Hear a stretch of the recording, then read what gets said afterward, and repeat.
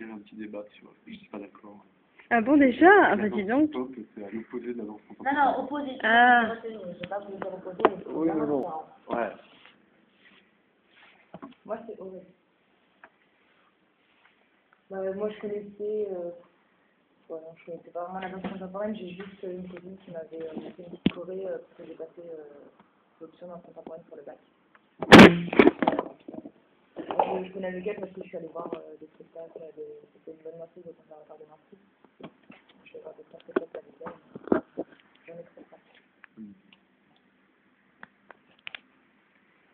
Oui, moi c'est Lise. En fait, pareil, je connaissais pas trop la danse contemporaine. Enfin, j'ai été au conservatoire, donc forcément, c'était plus, je connais plus du côté de la danse classique, tout ce qui est ballet avec les opéras et tout ça, mais danse contemporaine, jamais. Donc, c'est bon de découvrir. Et Audrey également. Donc moi non plus, je ne connaissais pas la danse contemporaine. Je connaissais le milieu théâtral, le jeu d'expression, etc. Donc, je vois que ça se rejoint aussi un petit peu jusqu'en a fait jusqu'à maintenant. D'accord. Moi, je m'appelle Cyril. Alors, je ne vais pas me présenter tout de suite. Je vais vous poser une question d'abord. À quoi vous vous attendez par rapport à moi? C'est-à-dire, qu'est-ce que vous pensez que je fais? Non, c'est une question pour tout le monde. Hein. À quoi vous vous attendez? Qu'est-ce que vous attendez qu'est-ce qu'on va faire en fait? À votre avis? Vous ne savez pas? Aucune idée? Ça vous n'êtes pas danseur déjà? Ouais. Ouais. Je suis pas danseur, d'accord. Non, mais Vous avez fait un théâtre, non? plus dans la musique, Ouais. Quoi d'autre? La mise en scène, peut-être. Ouais. Peut-être. D'autres idées? D'autres... Non? Vous êtes peut-être courageux. Avec de la musique. Peut-être. On nous a dit que vous touchez à la musique pour mettre en... Par exemple, Fiona, elle doit se mettre en mouvement, mais aussi par la parole, etc. Parce que vous apportez des sons ou de la musique autour pour faire un spectacle. D'accord. Parce que j'ai compris après, je sais pas. C'est parfait. C'est exactement ça. Rien d'autre? Non? Alors, donc, voilà, donc je m'appelle Cyril, Thiebaud, ça, c'est pour le nom en entier, n'importe. Je suis plus, je me définis actuellement comme artiste contemporain, en fait. Je viens de la musique, j'ai fait du théâtre, j'ai fait de la danse, j'ai été danseur aussi, j'ai été metteur en scène, mais voilà, aujourd'hui, enfin depuis quelques années, je suis plutôt artiste contemporain, c'est-à-dire que je conçois et je réalise des performances, j'écris des textes et je fais des vidéos. Voilà, la vidéo. Voilà. Des questions par rapport à ça? Qu'est-ce que vous appelez par performance? Alors une performance, c'est un petit peu en relation avec ce qu'on pourrait appeler le spectacle vivant. C'est-à-dire tout le spectacle vivant. Hein. Moi, je ne fais pas de distinction entre la danse, le théâtre, la musique. J'en fais plus. Mais ça touche l'art contemporain. C'est-à-dire que c'est très, on va dire que c'est un peu plus brut au niveau de l'appréhension du spectateur, surtout. C'est-à-dire, par exemple, j'ai participé l'année dernière à la Nuit Blanche à Paris. Je ne sais pas si vous avez entendu parler de la Nuit Blanche à Metz. Oui. Donc, en fait, ça vient de la Nuit Blanche à Paris, qui existe depuis maintenant, je sais pas, 15-20 ans, je crois, à peu près. Et donc, j'ai participé, j'ai fait une performance de 4 heures où je disais des textes tout seul, et les gens rentraient, sortaient comme ils voulaient pendant les 4 heures-là. Voilà. Il y a eu 2500 personnes qui sont rentrées, sorties, un petit peu restées, certains, et voilà, pendant 4 heures. Voilà ce que j'appelle, moi, par exemple, une lecture performance. D'accord. Voilà. D'autres questions par rapport à... Non? Là, vous en faites votre métier. Ouais, ah oui. C'est important de le dire, ça aussi, oui, je suis professionnel. Je fais que ça depuis Une vingtaine d'années. Je ne fais que de l'artistique. Mais c'est-à-dire particulièrement. Ben, j'ai fait beaucoup de choses. J'étais musicien, j'ai été... Actuellement, en fait. Actuellement, je suis encore musicien, tiens. Je suis intermittent du spectacle, D'accord. concrètement, voilà. Mais en tant que musicien, mais bon, ça aurait pu être en tant que comédien, c'est pareil. Je suis intermittent du spectacle, voilà. Ok. Alors, donc Susanna m'a demandé de vous parler du projet qu'on est en train de travailler en ce moment, tous les deux, et qu'on va présenter au mois de janvier à l'Opéra. Je ne sais pas, elle vous l'a dit, ça? Ouais. Non? Pas en détail, le 13 janvier à On va le l'Opéra. présenter à l'Opéra de Nancy le 13 janvier. Enfin, on va présenter la première partie, en fait. Voilà. C'est un projet que j'ai en tête depuis de nombreuses années, en fait, et qui est basé sur Notre-Dame de Paris de Victor Hugo. Qui a entendu parler de Notre-Dame de Paris de Victor Hugo? On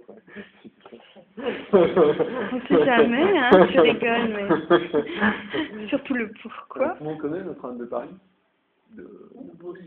Ouais, Victor Hugo. Vous Mais connaissez quoi de Notre-Dame de Paris? Ouais, d'où, parce qu'en fait, je pense que les sources sont pas forcément pareilles ici. Ouais. J'adore. Ouais. Oui. Non, mais c'est C'est-à-dire, possible. tu connais quoi? Ouais. Et sous quelle forme? C'est quoi? Tu connais? C'est quoi la source? Ah, Ouais, quand quand t'étais t'es gosse. Une comédie musicale. Ouais, dessin animé, Ah oui, Notre-Dame de Paris. comédie musicale. Un film, ouais. Quel film? Quasimodo de... Lequel? Lequel? Ouais, parce qu'il y en a plusieurs. Le dessin animé de Walt Disney? Vous l'avez vu? Ouais, il y a la comédie avec Garou. Bah ouais. Ouais. Ouais, ah bah c'est... Celle où il y a Garou dedans, c'est ça? Ouais, ah bah oui, c'est la Oui, c'est fameuse. celle-là. La fameuse. L'unique. Toi, par exemple? Oui, notre... Cyril va répondre, mais...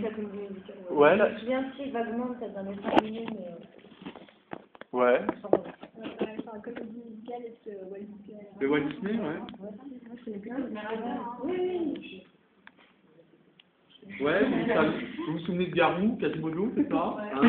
Et Esmeralda? Ouais, ça va? D'autres personnages? Non? Ouais. Les Gargouilles? C'est dans les dessins animés plutôt? C'est dans quoi les Gargouilles? Ouais, dans les dessins animés, ouais. Oh là là, quelle mémoire! Oh là là, ouais, c'est dingue. Ok. Alors, nous, donc en fait, c'est un spectacle. Donc, j'appelle ça un spectacle performance parce que le mot performance, c'est un mot que j'aime bien, alors je le mets partout. Voilà.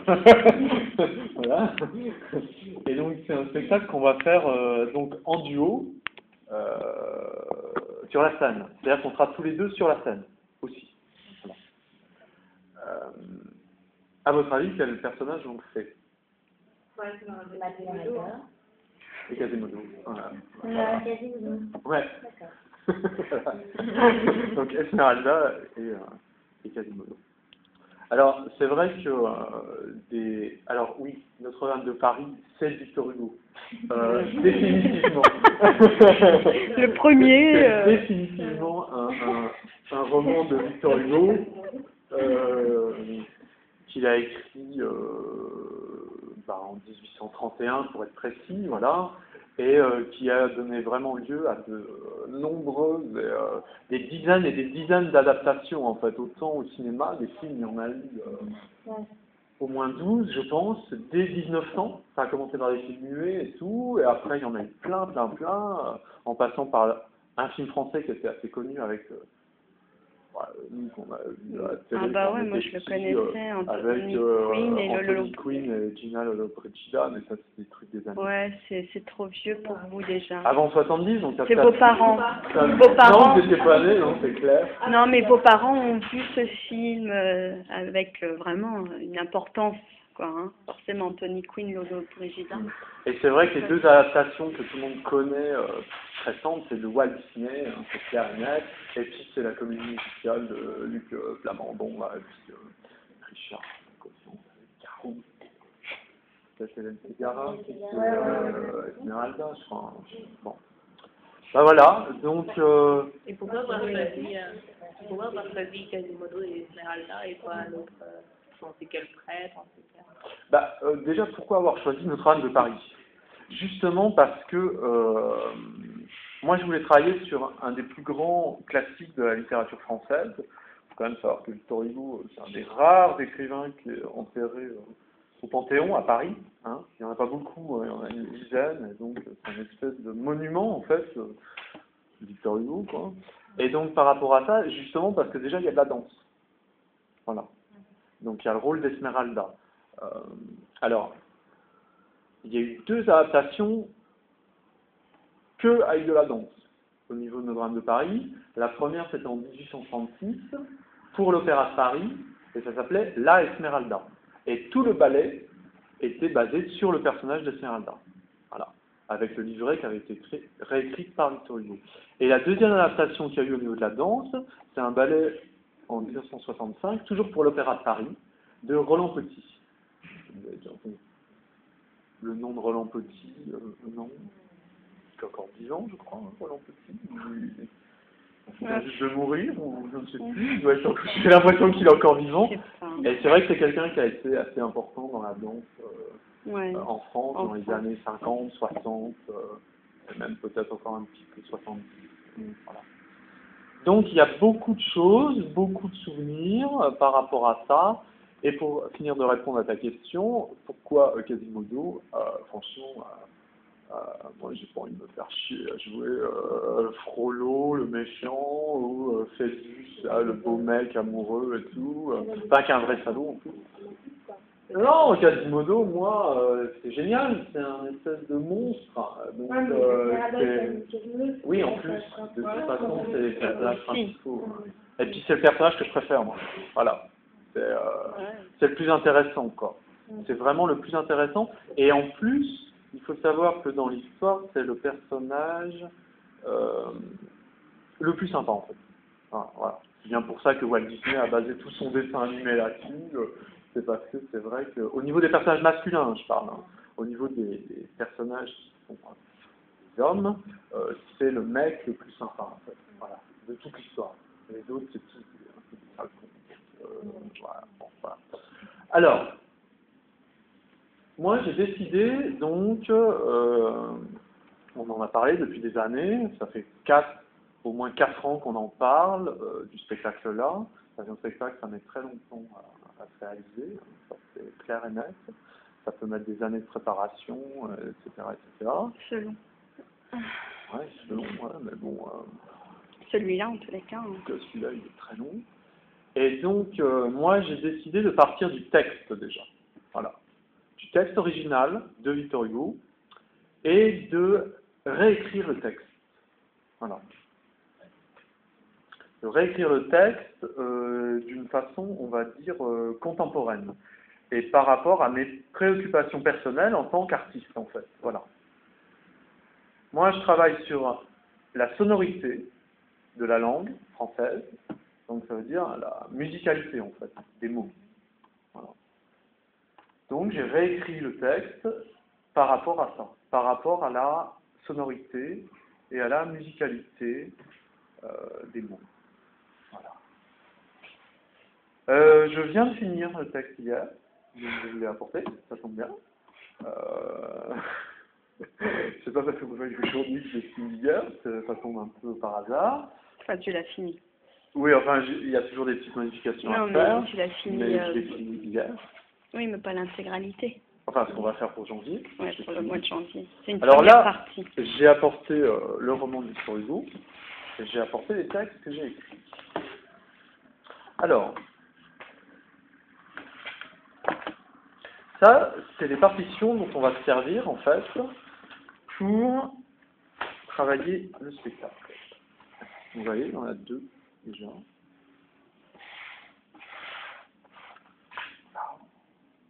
Alors, j'ai changé le titre.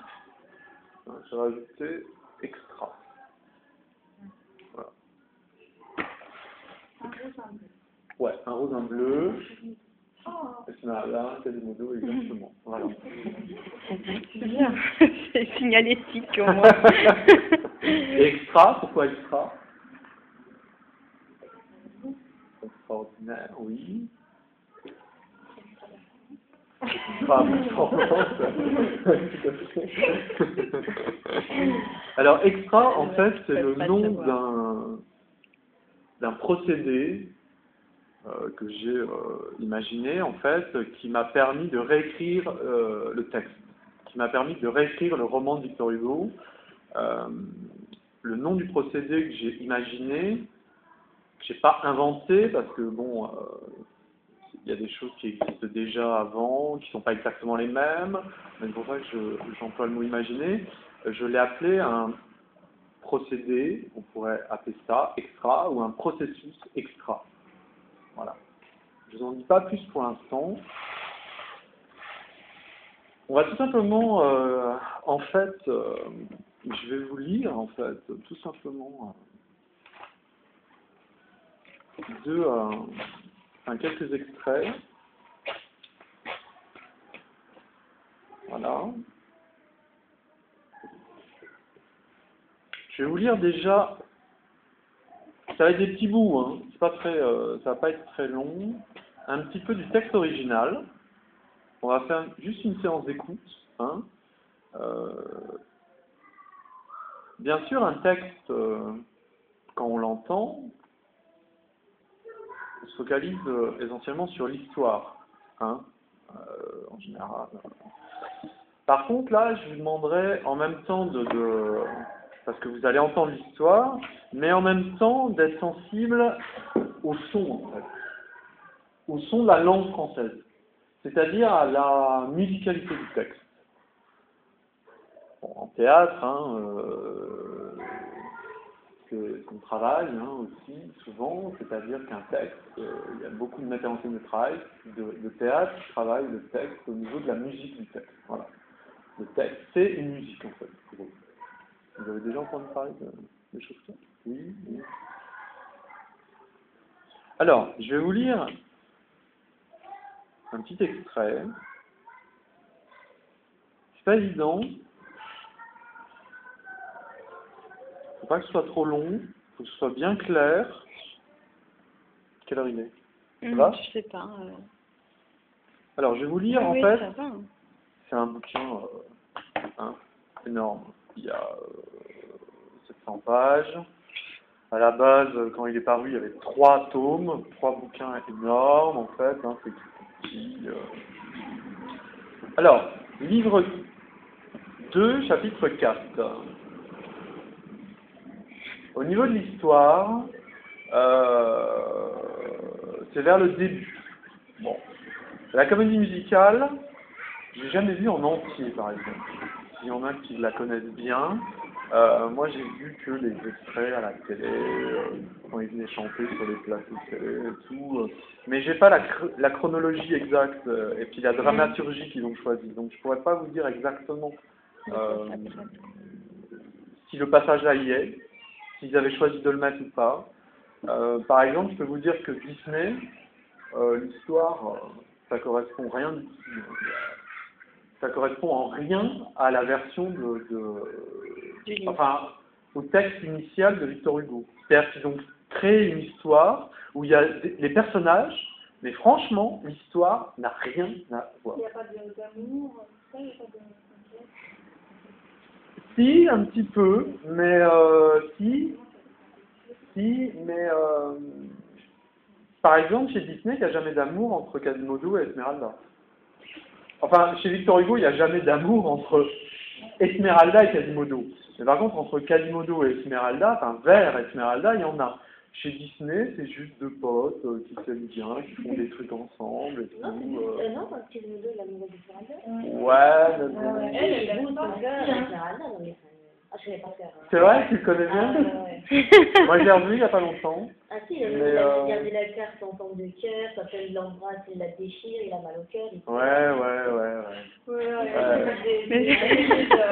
Ouais, quand même. Ils ont gardé ça. Je sens pas trop autant que dans le roman, en tout cas, parce que dans le roman, c'est quelque chose... Et puis ils ont une relation qui est assez amicale aussi Amicale. quand même, dans le Bon, dessin au final, il animé. est très digne, quoi. Pour elle, c'est un ami, mais lui, pour elle, c'est beaucoup plus. Et la fin, tu peux nous dire comment ça se finit dans le Walt euh, Disney?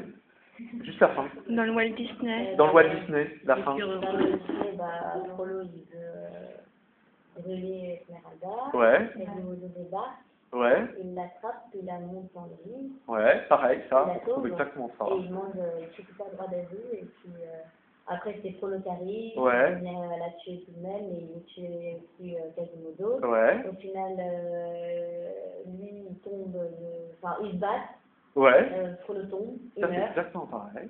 Ouais. Il meurt, et après, voilà, la vie est belle. Ils se marièrent et ils eurent beaucoup d'enfants. Ah Non, ça c'est Non, impossible. non, il descend il marche à l'église, et tout le monde qui regarde Quasimodo, et maintenant il l'accueille, quoi. D'accord. Avant, il le fuyait, et maintenant, D'accord, d'accord, il l'accueille grâce à ce qu'il a fait récemment. Hmm. d'accord, C'est devenu un héros un peu. Voilà, c'est ça. Hmm. D'accord. c'est bien. Ça c'est bien parce que dans la vraie histoire, ils meurent tous les deux à la fin. Qui ça fait aider.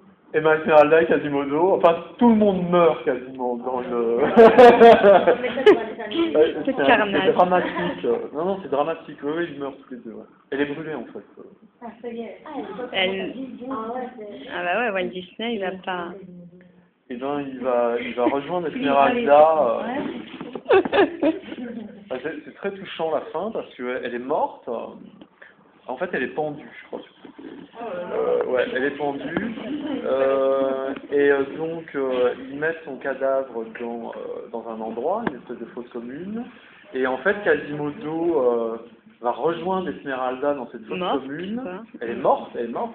Et il se laisse mourir à côté d'elle. Voilà. Et la fin du roman, c'est on a retrouvé plusieurs années plus tard 2 squelettes entrelacés, dont un avec une bosse et l'autre avec un collier. Enfin, on reconnaît Esmeralda et Quasimodo, on sait pas. Tu sauras la fin, la fin qu'il y avait initiale en fait. Non mais il y a des films, c'est incroyable. Les histoires varient tout le temps en fait. Tout le temps. Surtout au niveau de la fin en général, personne ne veut garder la fin. Mais même des films, en général tous les films américains qui ont été faits, il y en a au moins une bonne dizaine. De 1900, ça a commencé en 1902 je crois, jusqu'en 1998 je crois. Le dernier film américain, ouais je crois, il y en a eu une douzaine. Et il n'y en a aucun qui a gardé la fin. Où ils meurent tous les deux, quoi. Ouais, et ça, tout le monde le garde. Hmm. Ouais, Ouais. c'est vrai. Donc, c'est vrai que l'histoire peut changer. C'est ça qui est bien dans Notre-Dame de Paris, c'est que Déjà, toutes les versions sont toutes les différentes. versions peuvent être différentes.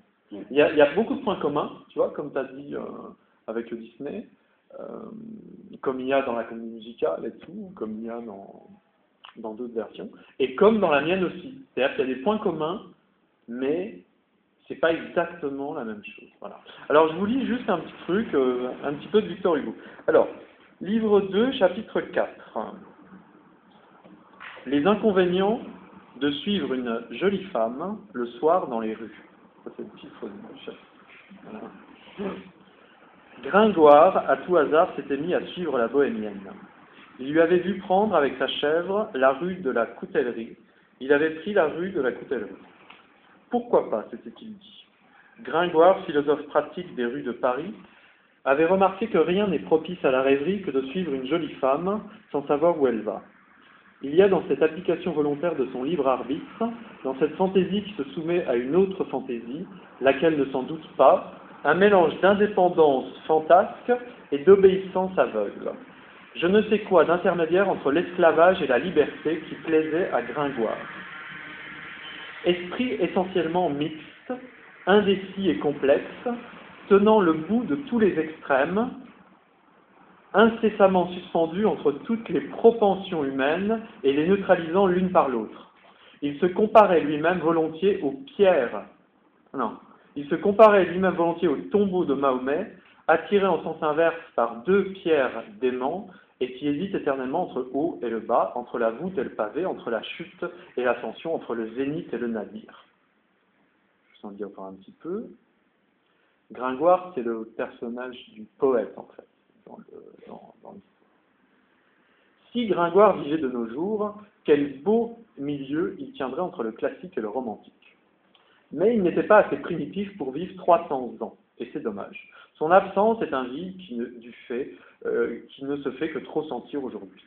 Du reste, pour suivre ainsi dans les rues les passants, et surtout les passantes, ce que Gringoire faisait volontiers, il n'y a pas de meilleure disposition que de ne savoir où coucher. Il marchait donc, tout pensif derrière la jeune fille, qui hâtait le pas, et faisait trotter sa jolie chèvre, en voyant rentrer les bourgeois et se fermer les tavernes. Seule boutique qui eût été ouverte ce jour-là. Après tout, pensait-il à peu près, il faut bien qu'elle loge quelque part. Les bohémiennes ont bon cœur, qui sait. Et il y avait, dans les points suspensifs dont il faisait suivre cette réticence dans son esprit, je ne sais quelle idée assez gracieuse.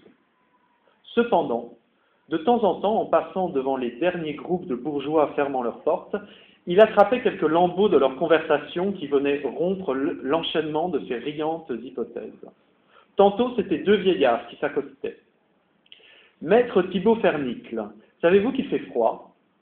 Gringoire savait cela depuis le commencement de l'hiver. « Oui, bien, maître Boniface Dizhomme. Est-ce que nous allons avoir un hiver, comme il y a 3 ans, en 80, que le bois coûtait 8 sols le moule ? Bah, ce n'est rien, maître Thibaut. Près de l'hiver de 1407, qu'il gela depuis la Saint-Martin jusqu'à la Chandeleur, et avec une telle furie que la plume du greffier du Parlement gelait, quand la grande chambre, de 3 mots en 3 mots, ce qui interrompit l'enregistrement de la justice. Plus loin, c'étaient des voisines à leurs fenêtres, avec des chandelles, que le brouillard faisait grésiller. « Votre mari vous a-t-il conté le malheur, mademoiselle la Boutraque ?»« Non. Qu'est-ce que c'est donc, mademoiselle Turcan ?» Bon là, Victor Hugo, il met les noms de tout le monde, et tout. Il y a toujours plein de personnages dans le roman. « Non, qu'est-ce que c'est donc, mademoiselle Turcan ?» Qu'on ne voit pas ailleurs, d'ailleurs. Enfin, il met toujours plein de personnages très précis, avec les noms, avec les... On les retrouve même pas... mais bon, il aime bien donner des détails. Le cheval de monsieur Gilles Godin, le notaire au Châtelet, qui s'est effarouché des Flamands et de leur procession, et qui a renversé maître Philippot Avriot, oblat des Célestins. En vérité, bellement. Un cheval bourgeois, c'est un peu fort. Si c'était un cheval de cavalerie, à la bonne heure. Et les fenêtres se refermaient. Mais Gringoire n'en avait pas perdu le fil de ses idées. Heureusement, il se retrouvait vite et le renouait sans peine grâce à la bohémienne, grâce à Djali, qui marchait toujours devant lui. 2 fines, délicates et charmantes créatures, dont il admirait les petits pieds, les jolies formes, les gracieuses manières, les confondant presque dans sa contemplation. Pour l'intelligence et la bonne amitié, les croyant toutes 2 jeunes filles, pour la légèreté, l'agilité, la dextérité de la marche, les trouvant chèvres toutes 2. Il écrit des trucs, Victor Hugo, un peu bizarres, mais il compare Esmeralda avec sa chèvre, et il dit qu'elles se ressemblent en fait. Donc c'est un peu... Bon, je continue encore un petit peu. Les rues, cependant, devenaient à tout moment plus noires et plus désertes. Le couvre-feu était sonné depuis longtemps, et l'on commençait à ne plus rencontrer qu'à de rares intervalles un passant sur le pavé, une lumière aux fenêtres. Gringoire s'était engagé, à la suite de l'Égyptienne, dans ce dédale inextricable de ruelles, de carrefours, de cul-de-sac qui environnent l'ancien sépulcre des innocents, et qui ressemble à un écheveau de fils brouillé par un chat. Voilà des rues qui ont bien peu de logique, disait Gringoire, perdu dans ces 1000 circuits qui revenaient sans cesse sur eux-mêmes, mais où la jeune fille suivait un chemin qui lui paraissait bien connu, sans hésiter et d'un pas de plus en plus rapide. Quant à lui, il eût parfaitement ignoré où il était, s'il n'eût aperçu en passant, au détour d'une rue, la masse octogone du pilori des Halles, dont le sommet, à jour, détachait vivement sa découpure noire sur une fenêtre encore éclairée de la rue Verdelet. Voilà. Je vais arrêter là pour la lecture du texte de Victor Hugo, et je vais vous lire le même chapitre, en fait, que j'ai écrit. Alors, je sors les 2, en fait. Il y a celui de... Je vais vous lire celui de d'abord celui de Quasimodo, et après je vous lirai celui d'Esmeralda. Ok? Vous avez un peu en tête, ça résonne un petit peu les mots, hein? Essayez de faire un petit peu résonner les mots que je viens de que vous venez d'entendre en fait. Juste hein, quelques mots. Voilà. Il marcha à Paris. Il marcha au hasard. Philosophe pratique, philosophe primitif, homme mixte au libre arbitre. Il marcha par Paris vide, Paris aux portes vides, aux chats rares. Il marcha à pas rapide. Là, il y a 3 hommes. Comme il a froid, 3 fois trop froid, dit l'homme à l'autre homme. Bah, avoir froid comme il a, au bois à 3 sols, dit l'autre homme à l'homme. Il marcha. Là, il y a 3 femmes, 3 voisines. Votre mari a-t-il dit 3 mots, dit la femme à l'autre femme. Va savoir. 3 mots trop forts, quoi d'autre? 3 mots trop vite, à la bonne cavalerie, dit l'autre femme à la femme. Il marcha. Il admira la fille. Il admira la grâce, la jolie forme, la forme fine. Il marcha. Au hall, il y a la masse octogone, la masse noire, pilori à la logique noire. Il marcha. À pas rapide. Voilà, ça correspond au texte que j'ai réécrit, donc au texte que vous avez entendu avant, et donc ça c'est ce que j'appelle l'extra de Quasimodo. Maintenant je vais vous lire le même texte, enfin c'est pas le même texte, mais disons que l'extra d'Esmeralda sur le même chapitre. Au début, je vous avais dit de bien... Je vous ai parlé de son et de musicalité. Donc je vous lis exactement le même chapitre, le même extrait. Esmeralda. Elle marchait par les pavés. Elle marchait par hasard. Elle était belle. Elle plaisait, elle aimait. Elle était la femme extrême. Elle marchait par quelques dédales déserts. Les tavernes étaient fermées, les chats étaient rares. Elle marchait. Elle hâtait ses pas. Là, étaient quelques têtes. Maître, qu'est-ce là? Quelle est cette tête? Tel maître, telle tête. Bah, c'est ma tête, va. Elle est telle quelle? Telle tête, tel maître. Elle marchait. Là étaient quelques femmes. Ces femmes savaient. Qu'est-ce que l'esclavage? De femme à femme. L'esclavage, c'est la femme reste là. Mais l'esclavage, c'est la femme va quelque part. Là, c'est l'esclavage. De femme à femme. Elle marchait. Elle et sa chèvre marchaient avec grâce, avec presque la même légèreté. Elle marchait. Vers les halles, la cage détachait sa masse. Vers les ténèbres, la cage paraissait éclairée. Elle marchait. Elle hâtait ses pas. Voilà. Alors, je vous ai lu les deux textes. Voilà. Qui correspondent exactement aux parties donc, que je vous ai lues avant. Qu'est-ce que vous avez entendu? Est-ce que vous avez entendu quelque chose? Enfin, qu'est-ce que... C'est la même chose, parce que c'est pas écrit de la même manière. Ouais, c'est la même chose, c'est pas écrit de la même manière. Oui. C'est-à-dire, c'est quoi, c'est pas écrit de la même manière? Ce serait quoi les différences? Différents points de vue. Là, on voit le point de vue de Quasimodo, Ouais. et là, c'est le point de vue d'Esmeralda. D'accord. Que dans le livre, c'est plutôt le point de vue de Quasimodo, qui résume les deux points de vue. Ça me va très bien, ça. C'est parfait. Ouais, tout à fait. Oui, bien sûr. C'est comme ça que je le pense. Quoi d'autre? Dans ce que vous avez écrit, il y a beaucoup de répétitions et beaucoup de rimes. Ouais. C'est la manière, c'est un peu la manière de ce qu'elles ont fait ce matin. Je ne sais pas là. Sur le tutu,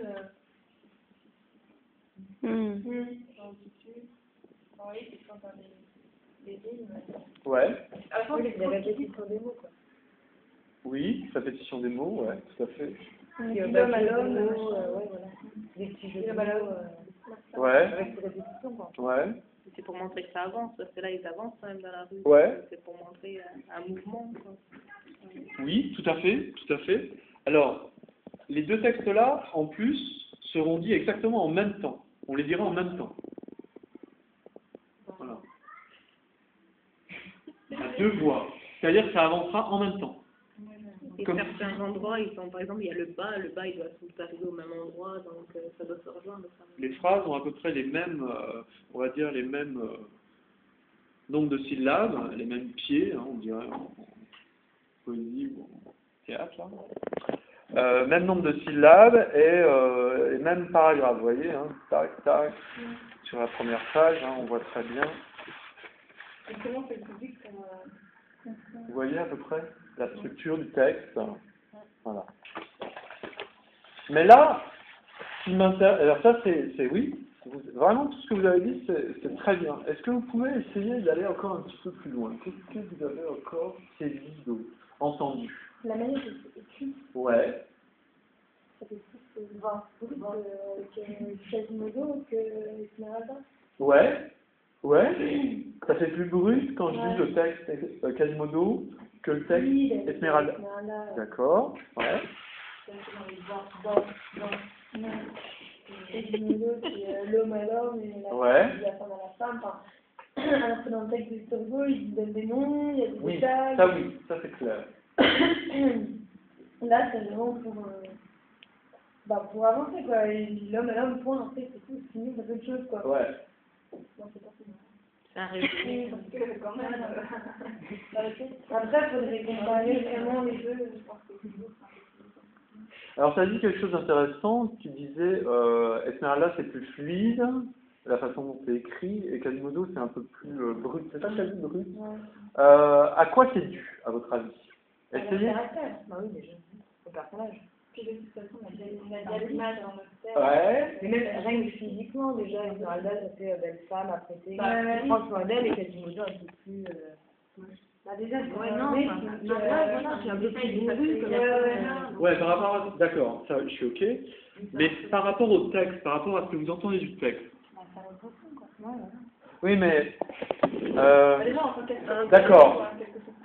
Si on laisse de côté les caractères, les personnes, les êtres humains, si vous entendez juste le texte, je vous refais juste le début.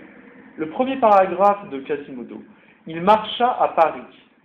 Il marcha au hasard, philosophe pratique, philosophe primitif, homme mixte au libre arbitre. Je vous refais le premier paragraphe d'Esmeralda. Elle marchait par les pavés. Elle marchait par hasard. Elle était belle. Elle plaisait. Elle aimait. Elle était la femme extrême. Il y a des compliments et Ouais, mais... Quasimodo, c'est l'instant présent, parce que c'est bien du passé simple, et Ouais. Esmeralda, c'est Ça c'est vrai déjà. une description, et C'est bien parfait. dure, quoi, c'est imparfait. Ouais, passé simple, imparfait, ça c'est vrai. Passé simple, imparfait. Puis dans Esmeralda, on était un peu plus dans le détail. Par exemple, on dit Ouais. il marcha. Elle marchait Ouais. à Paris, oui, c'est à Paris au hasard. Là, c'est sur les bases des... Ouais, tout à fait. Ouais, la fenêtre, elle est Oui, bien. tout à fait. Ouais. Tout à fait. Mais je peux vous dire une chose, c'est que tout ce que vous dites là, je ne l'ai pas fait exprès.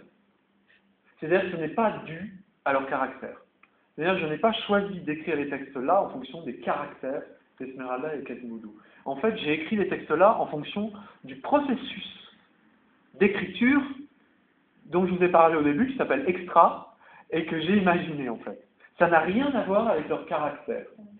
Mais je travaille jamais sur le sens en fait, sur la signification des choses. Je travaille seulement sur la musicalité. Je vous relis? Ça fait longtemps, on en reçoit évidemment.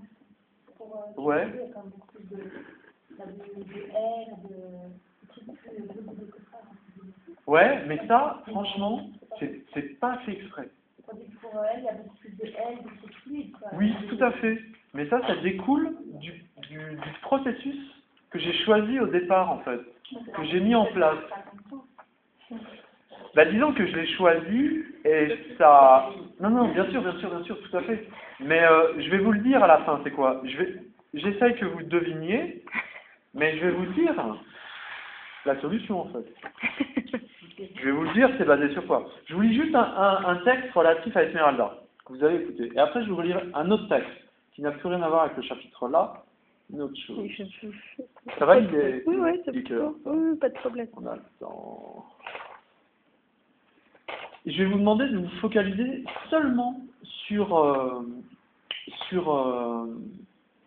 la sonorité, sur la musique que vous entendez. Sur les mots que vous entendez, mais sur leur musique, en fait. Là, j'ai le texte d'Esmeralda, et je cherche... Je veux vous faire deviner. Non, c'est pas ça, mais moi, vous je veux pouvez que ce trouver. soit actif, quoi. C'est rigolo, quoi. Bon. Voilà, ça c'est l'autre texte que je vais lire sur les mots. Alors, un petit texte, un début de texte, un extrait de texte que j'ai écrit sur... Là, c'est par rapport à Esmeralda. Écoutez bien la musique, hein. Écoutez bien le son de chaque mot. Tête à tête avec les fées. Elle paraissait chercher des espaces à faire perdre la terre. Elle paraissait attelée à des chars ailés. Elle allait ça et là. Elle était à l'escabelle, elle était à parler avec sa chèvre, elle était à faire sa tête, ça et là. La fée verte éclairait cette scène. Elle paraissait à l'aise. Elle s'attachait des ailes, elle était quelque fée. Et par là même, l'être à travers les ailes paraissait céleste. Mais l'être n'était palpable qu'à travers ses ailes, et la gaze des ailes était verte. Cet être, cette fée, était la Esmeralda. Elle était quelque femme céleste. Elle était femme à faire perdre la tête. Elle baissa à peine sa garde, et la tête passait.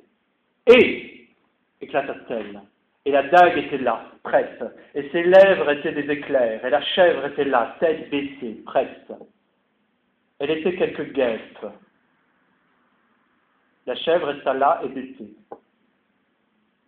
Elle était là à faire sa tête, elle dressa la tête, elle éclata, et elle cacha sa dague.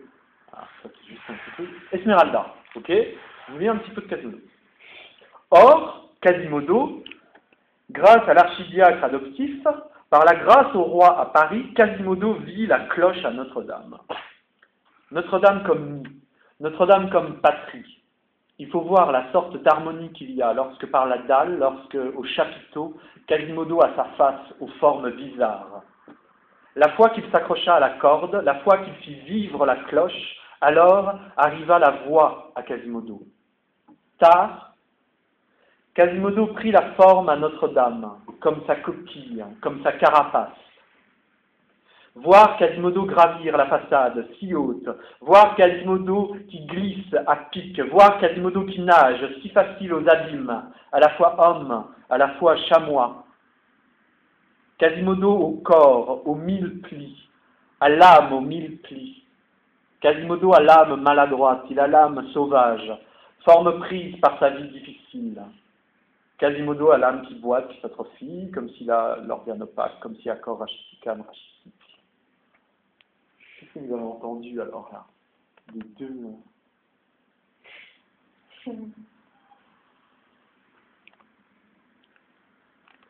En fait, je suis en train de tester mon travail sur vous. Moi, je viens de le finir, là, je suis en train de le tester, en fait.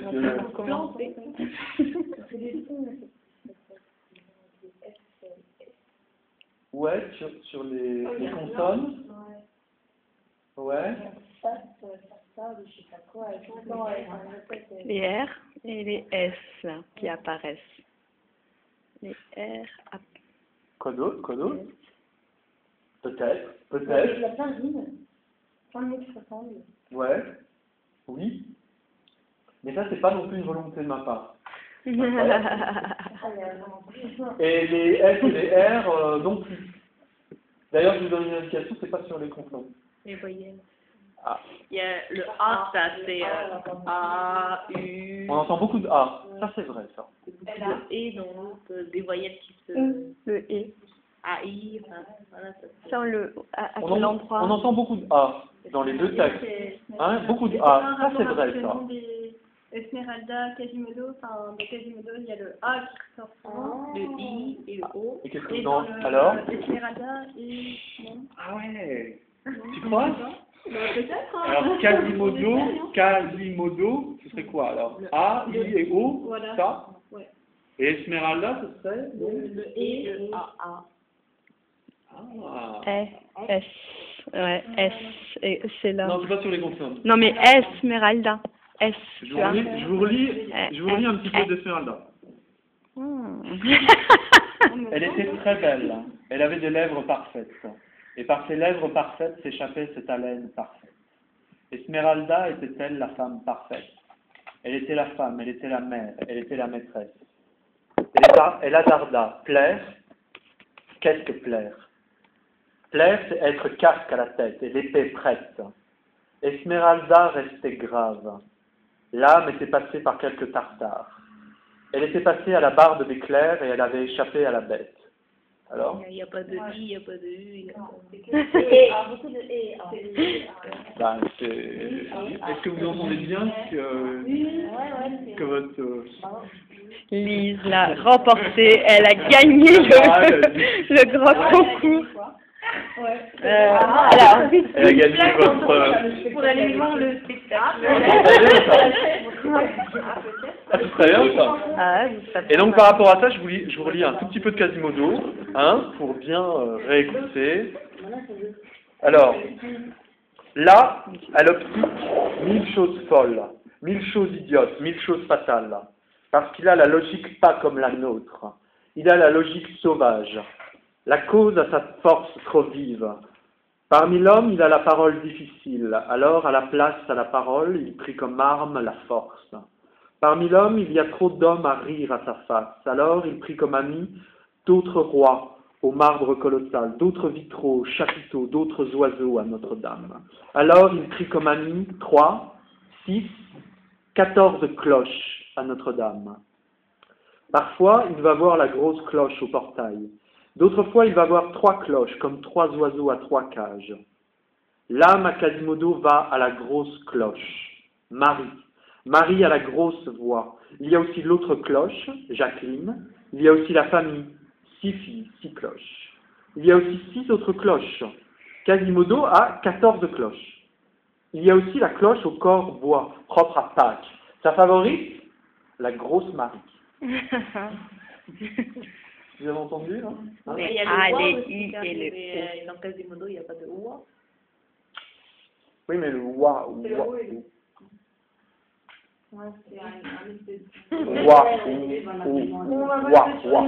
il faut écrire le texte. Alors, le wa, non mais c'est très bien de remarquer ça. Tout le monde a bien entendu par rapport aux voyelles. Alors, donc, je reviendrai sur le wa parce que c'est intéressant. Donc, c'est très simple. T'inquiète pas. T'inquiète pas.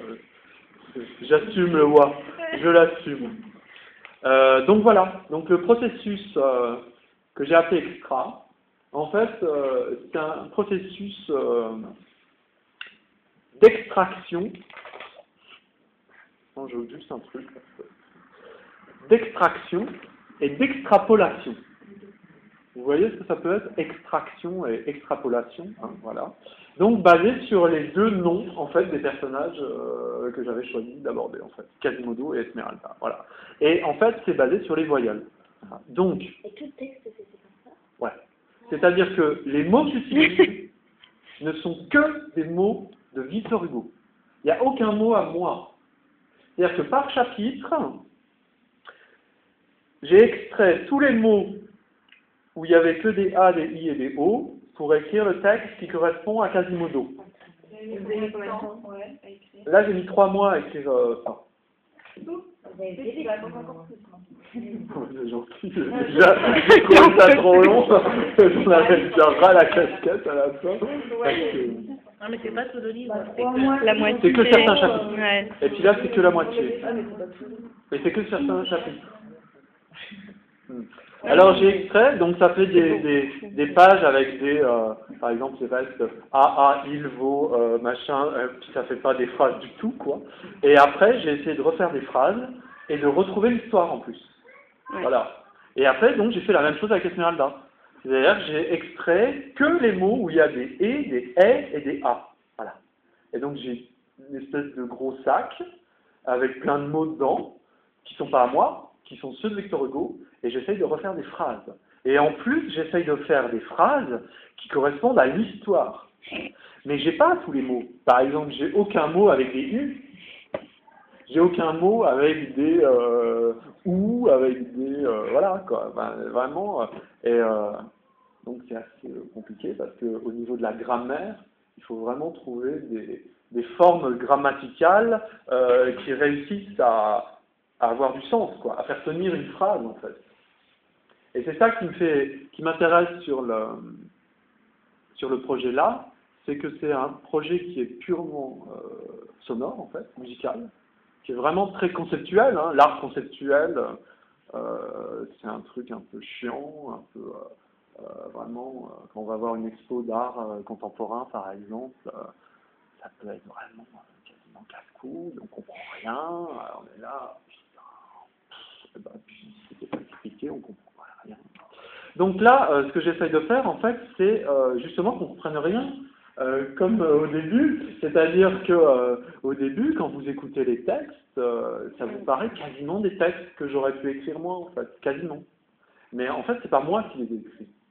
Je les ai un peu écrits, mais en fait, c'est le processus. C'est les mots de Victor Hugo qui passent à travers un processus, un procédé en fait, comme de fabrication, un procédé de fabrication que j'appelle voilà, extraction, extrapolation. Et moi, je fais quasiment rien en fait. Moi, je regarde ce qu'il y a, et puis je dis comment je fais pour retrouver l'histoire. Voilà. C'est un procédé que vous avez inventé vous, ouais. Ou vous avez pris ce... Ouais, c'est un procédé que j'ai imaginé, inventé. C'est inspiré de quoi pour pouvoir l'inventer? Ouais. Alors, je me suis inspiré de travail qui existe, de travail qui existent depuis longtemps en art contemporain. Et là, spécifiquement en littérature contemporaine, il y a des grands écrivains français qui font ce genre de choses depuis des années et des années. T'as déjà vu? Des poésies, par ouais. exemple, c'est le contraire, ils enlèvent une lettre. Oui. Je veux dire, par exemple, celle de A. Voilà, c'est ça. C'est ça. Hyper dur, j'ai essayé. Ah, c'est bien, c'est bien. Ça m'a l'air quelque chose, quoi. Alors ça vient d'un groupe d'écrivains qui s'appelle l'Oulipo.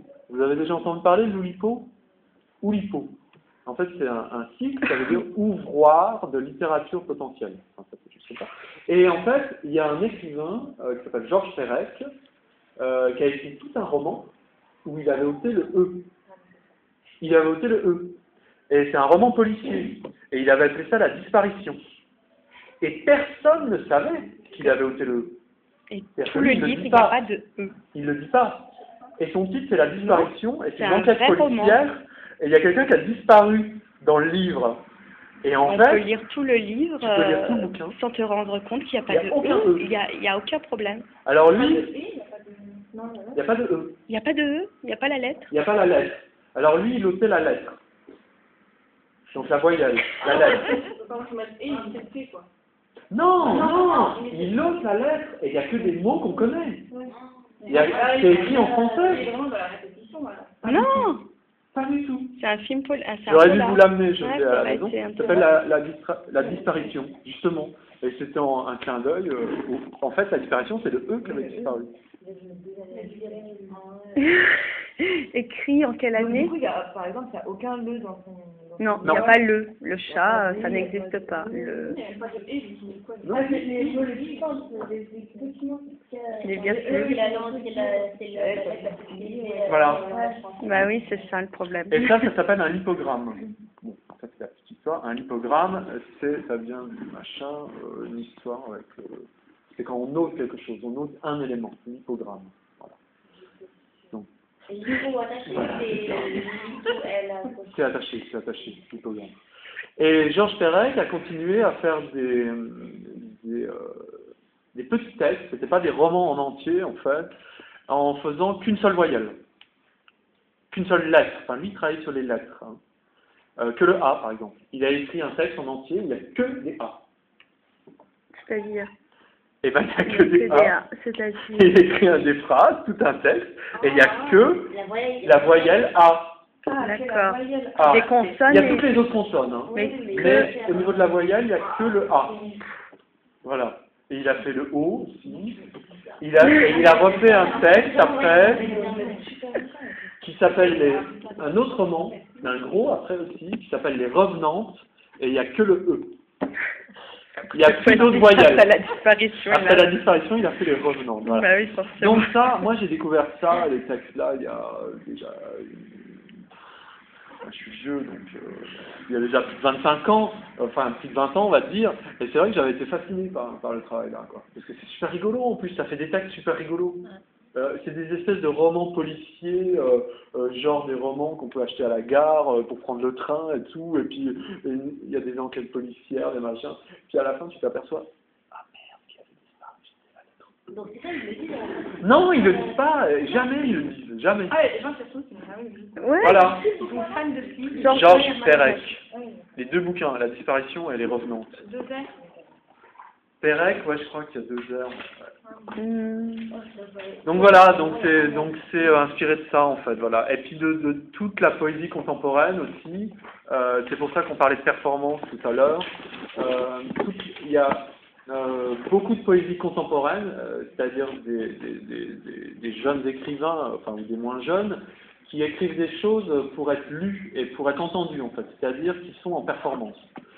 C'est-à-dire que ce sont des textes qui sont essentiellement sonores, voilà, et qui peuvent ressembler un petit peu, c'est un petit peu le goût de textes comme ça en fait, avec très peu de mots, avec des répétitions, ou bien avec des listes de mots entières, ou bien avec des choses variées, quoi, voilà. Et comment il va être mis en scène finalement? Ce sera une lecture figée, enfin 2 personnages figés? Ah non, Susanna, elle danse. Parlons en même temps. Et je parle aussi. Et... Elle est pas surtout, elle a beaucoup moins de texte que moi. J'ai du texte quasiment tout le temps. Il y a quelques passages où j'ai pas de texte. Et Susanna a beaucoup moins de texte. Mais elle en a quand même. Là, par exemple, dans la première partie, il y a 4 chapitres où elle intervient sur 13. Et moi, j'ai 9 chapitres. Et moi, j'interviens sur 11 chapitres. Voilà. Elle a 2 chapitres toute seule, par exemple, seulement. Donc, j'ai beaucoup plus de texte. Ça va être mis... donc là, j'ai pensé à tout le spectacle, en fait, parce qu'il n'y a pas que le texte, ça c'est clair. C'est un spectacle où j'ai réfléchi aux lumières aussi, parce que c'est important pour le spectacle. Il va y avoir de la vidéo, parce que je fais aussi de la vidéo, donc il va y avoir de la vidéo. Voilà. Et puis, tous les textes seront appris par cœur, déjà, hein, on ne le lira pas. Ce sera quelque chose un peu... Ça pourra ressembler à du théâtre, en fait. Ça pourra ressembler à de la poésie, ça va mêler la vidéo, ça va mêler la danse. Beaucoup de danse, forcément, puisqu'il y a Esmeralda. Donc, voilà. Esmeralda, très présent. Là, la danse est autant présente que le texte. Et voilà, il y a déjà tout, hein, dans ma tête, les costumes, voilà. Et puis je ferai donc la mise en scène aussi. Le W, Non, le wa, qu'on peut dire W par exemple, ou bien voix, machin, oui, wa. Déjà, c'est pas forcément une voyelle, en fait. C'est ce qu'on appelle une semi-consonne en français. C'est-à-dire que c'est une consonne, c'est classé dans les consonnes. C'est ou, le son ou. Ça peut être oui, wa, voilà. Et donc en fait, moi je l'ai considéré comme une consonne. Tu vois, je me suis pas posé la question. Pour moi, c'était une consonne et c'était pas une voyelle. Voilà. Donc pour moi, ce qui est important, c'est le wa, wa. Et en plus, ça fait un peu penser à un o. Pour moi, je le fais plus sur le o que sur le ou. Alors on peut faire Par exemple, voir, par exemple, on peut faire boire ou boire. Alors, boire, je le fais un peu plus sur le ou, boire, et boire, je le fais plus sur le o. Alors, moi, je le ferai plus sur le o de toute façon. Il n'y aura pas de ou qui